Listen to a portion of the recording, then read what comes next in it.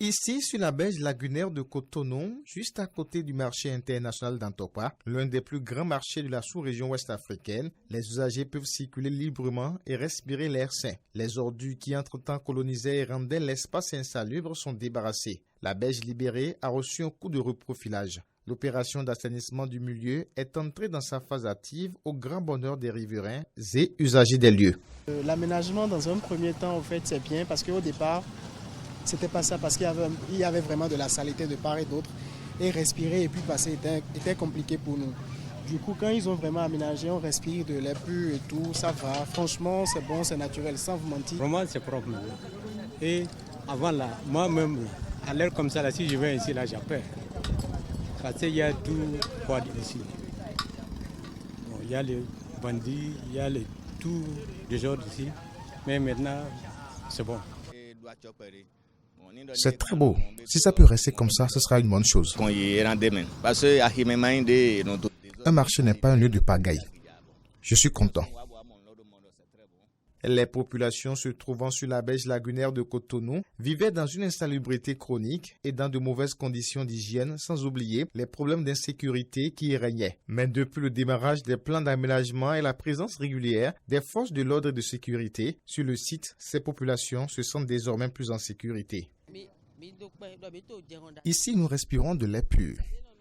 Les voleurs qui arrachent nos sacs ont fui. Nous sommes en paix. Tout est propre maintenant. Quand on vient ici, même d'ici là jusqu'à 20h, il n'y a pas de problème. Avant là, non, je ne peux pas rester là jusqu'à 20h. S'il y a aussi d'autres alternatives pour pouvoir vraiment sécuriser l'endroit, pour que ça reste comme ça, pour toujours, ça sera bien. L'aménagement des berges de la lagune de Cotonou est un vaste projet du programme cadre de vie du gouvernement qui vise à faire des berges un espace d'activité, de loisirs et de plaisance pour changer le visage de Cotonou. Il se traduira notamment par l'aménagement d'une grande promenade avec un système de passerelles et la construction d'hôtels.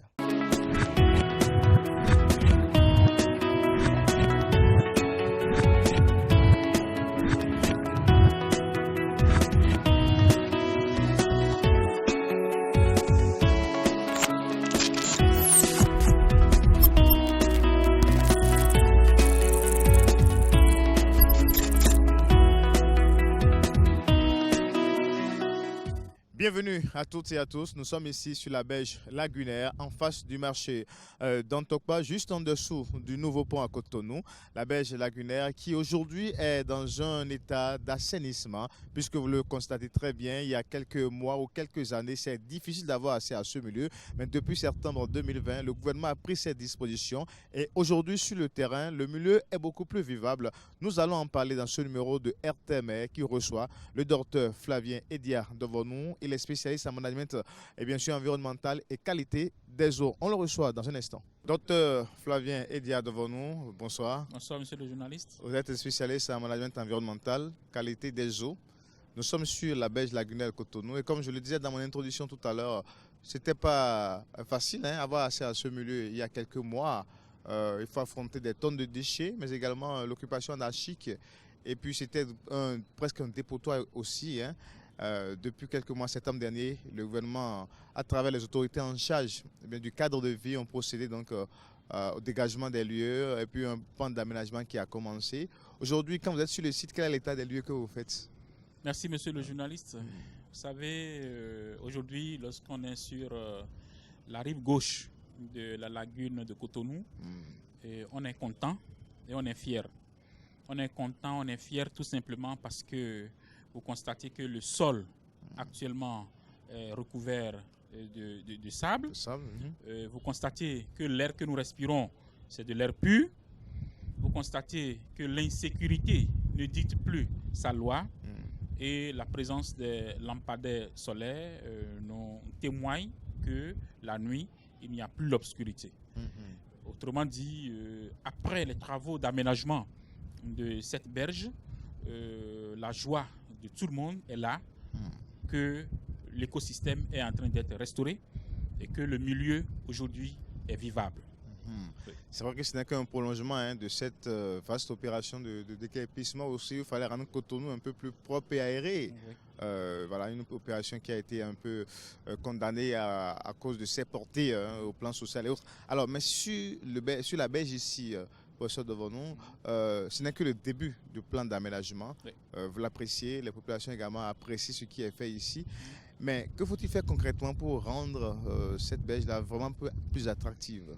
Merci beaucoup. Vous savez, comme vous venez de le dire, ce n'est qu'un début dans l'opération d'aménagement de nos berges lagunaires.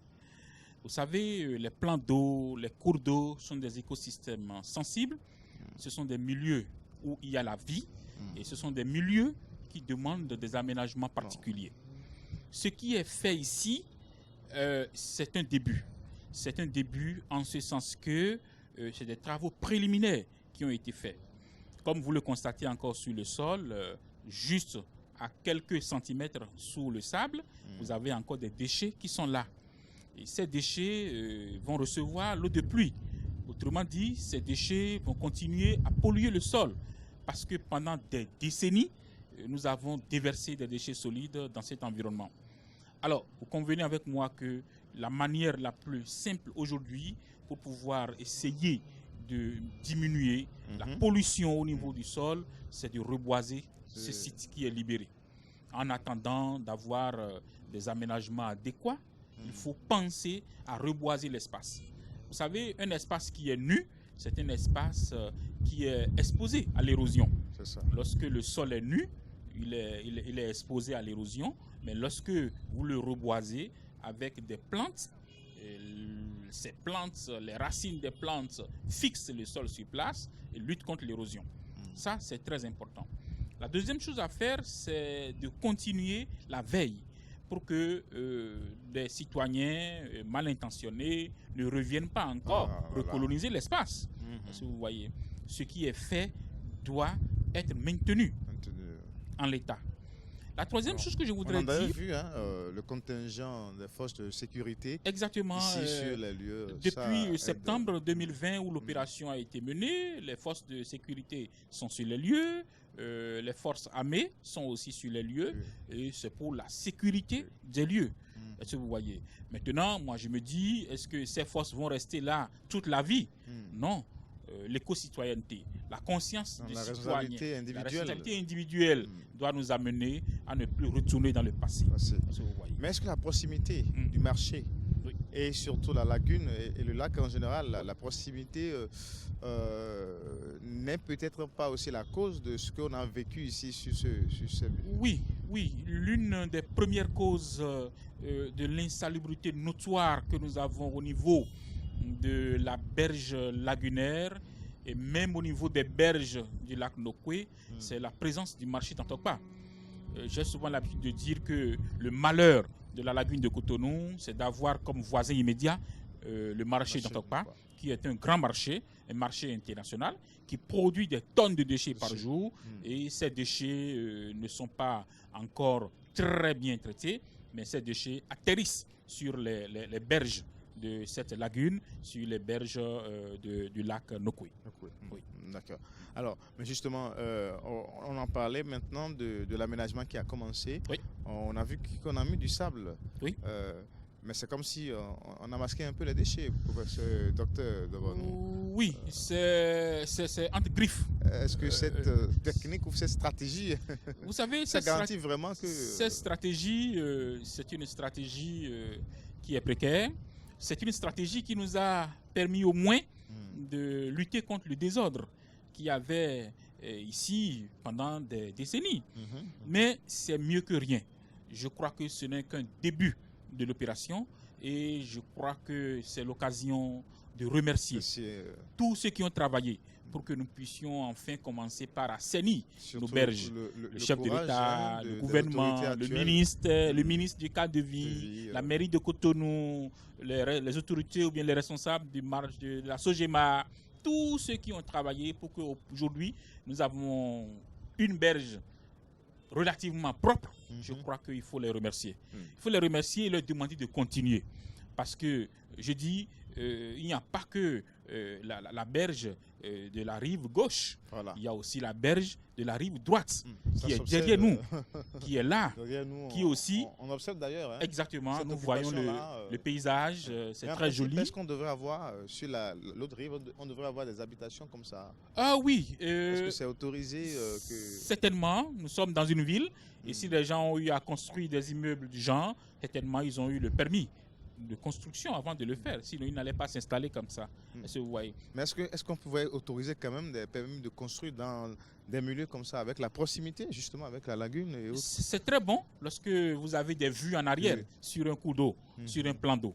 Je crois les berges lagunaires, leur caractéristique, leur importance, Bien sûr. c'est d'abriter des infrastructures telles que les hôtels, tels que les restaurants. Est-ce que vous voyez? La nuit, ça donne une autre image, beaucoup plus belle. Ça permet des reflets de la lumière et ça démultiplie même parfois des jeux de lumière. Et c'est très joli, c'est très agréable. Donc, c'est des Mais écosystèmes quand c'est très fait prisés. comme ici chez nous, où on s'introduit seulement sur le terrain, on construit. Quand vous voyez là-bas, ça ne respire pas du tout hein, quand vous regardez. Oui, un peu, quand vous regardez très bien, vous allez constater que nous avons deux formes d'habitat qui cohabitent. Vous allez constater qu'il y a des habitats modernes, bien construits, des immeubles, C'est ça. d'accord? Et au même moment, vous constatez qu'il y a des bungalows qui sont à côté. Alors, est-ce que les bungalows ont eu l'autorisation de s'installer là? Ah, ça, c'est une question qu'il faut aller fouiller. Parce que, comme je l'ai dit, une berge, c'est un espace prisé. N'importe qui ne s'installe pas sur une berge. Est-ce que vous voyez? Alors, donc, c'est aussi l'occasion de dire, bon, ce qui a été fait ici, pour qu'on puisse bénéficier de l'assainissement de là où nous sommes aujourd'hui, si la même opération peut être faite de l'autre côté, nous allons voir clair. Nous allons voir clair et cela va permettre enfin à la lagune de Cotonou de respirer. Cela va participer à la dépollution de la lagune de Cotonou, à la dépollution du lac Nokoué. Parce que par le passé, ces écosystèmes reçoivent chaque jour des tonnes de déchets. À la recherche de l'espace, les citoyens déversent des tonnes de déchets et après construisent sur ces déchets-là. Mais ces déchets-là, au contact de l'eau, il y a des réactions chimiques qui se produisent et vous avez toute forme de pollution. La pollution chimique, la pollution organique, la pollution microbiologique, ce qui rendait vraiment l'environnement invivable. Est-ce que vous voyez? Donc aujourd'hui, une opération d'assainissement a commencé, une opération de libération de nos berges a commencé et je crois que indirectement, c'est une opération de dépollution de nos cours d'eau, de nos plans d'eau qui a commencé. Puisque vous avez commencé déjà à parler de la qualité de l'eau, en fait, la pollution déjà du milieu, la lagune, mais également le lac aussi. Et puis cette pollution se ressent jusqu'au niveau de l'océan également. Hein. On a eu cette chance-là avec une ONG de la place, on est allé jusqu'à 15 km sur l'océan. Et on a observé quand même des tonnes de déchets, que ce soit des sachets plastiques ou autres types de déchets immondices qu'on a vu très loin dans l'océan. Ça voudra dire que déjà ici, c'est complètement rempli. Alors, professeur, docteur Flavien devant nous, alors que faut-il réellement faire aujourd'hui? On libère les berges, d'accord, mais pour ce qui est de la qualité de l'eau, comment régénérer en fait? Alors, vous savez, dans cet écosystème que vous avez, nous avons des espèces animales, nous avons des espèces végétales.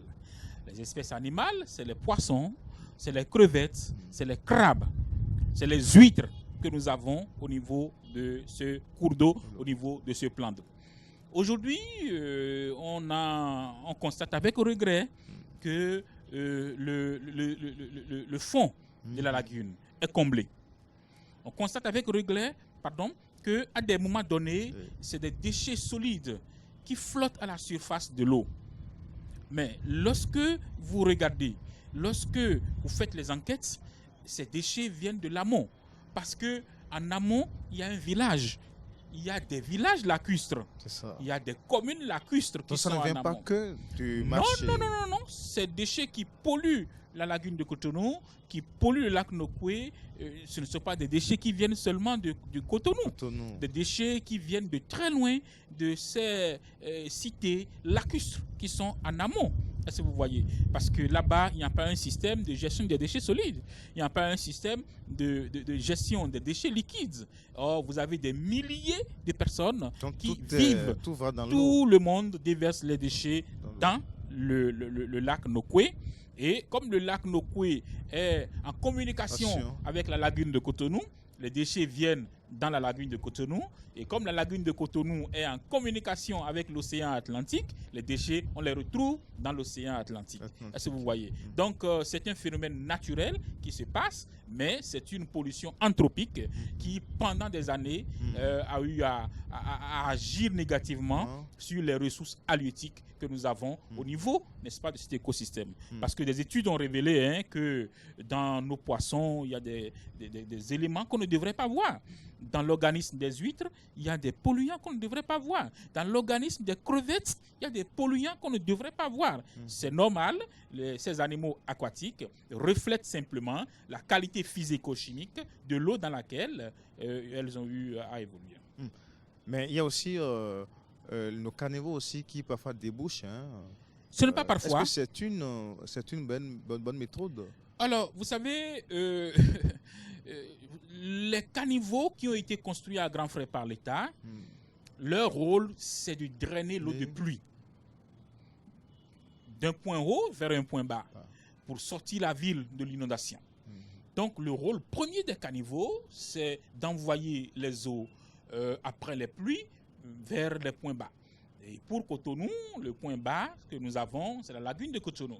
Ce qui fait que les caniveaux devraient envoyer uniquement les eaux de pluie vers cette lagune. Mais aujourd'hui, vous allez constater qu'en plus des eaux de pluie, il y a des branchements illicites.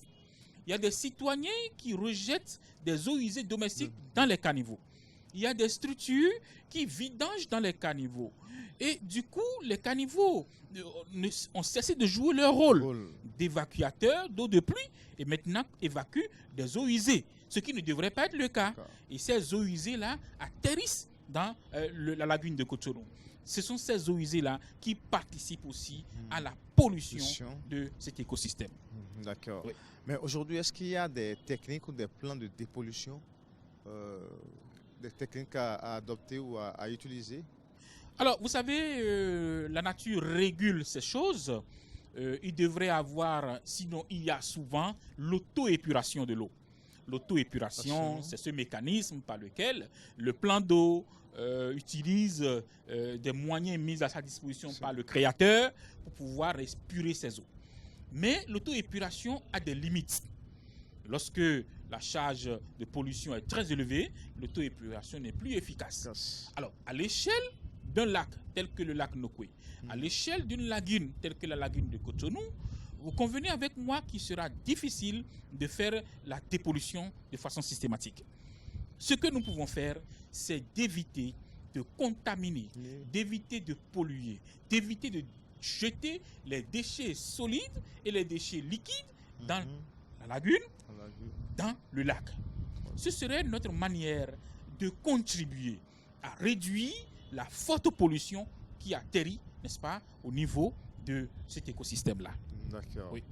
D'accord. Alors, mais aujourd'hui, quel appel vous avez maintenant lancé, surtout à l'endroit des occupants, des usagers du marché, des riverains du milieu, puisqu'on a vu qu'au niveau de l'État, il y a des efforts déjà faits, enclenchés pour assainir complètement le milieu.